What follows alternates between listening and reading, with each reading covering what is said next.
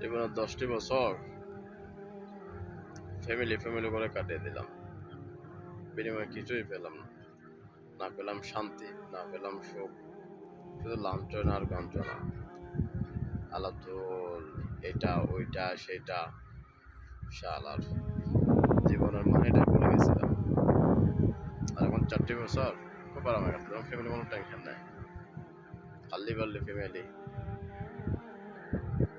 এখন ফ্যামিলির টেনশন একদম করি না। এই যাত্রার মতো যাত্রা চলতেছে, আমি আমার মতো। এই তো অনেক শান্তি, অনেক শান্তিতে আছে, মাশাআল্লাহ, শুকরিয়া, আলহামদুলিল্লাহ। একদম কোনো টেনশন নাই। ফ্যামিলি করে জীবনটাকে একদম তেজপাতা বানাই ফেলছিলাম।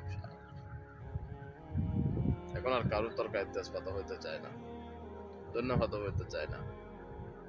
নিজের মতো নিজেই আছি, নিজেই ভালো আছি। 4 বছর এভাবে কাটতেছে, খুব ভালো, কোনো ফেরা নাই একদম।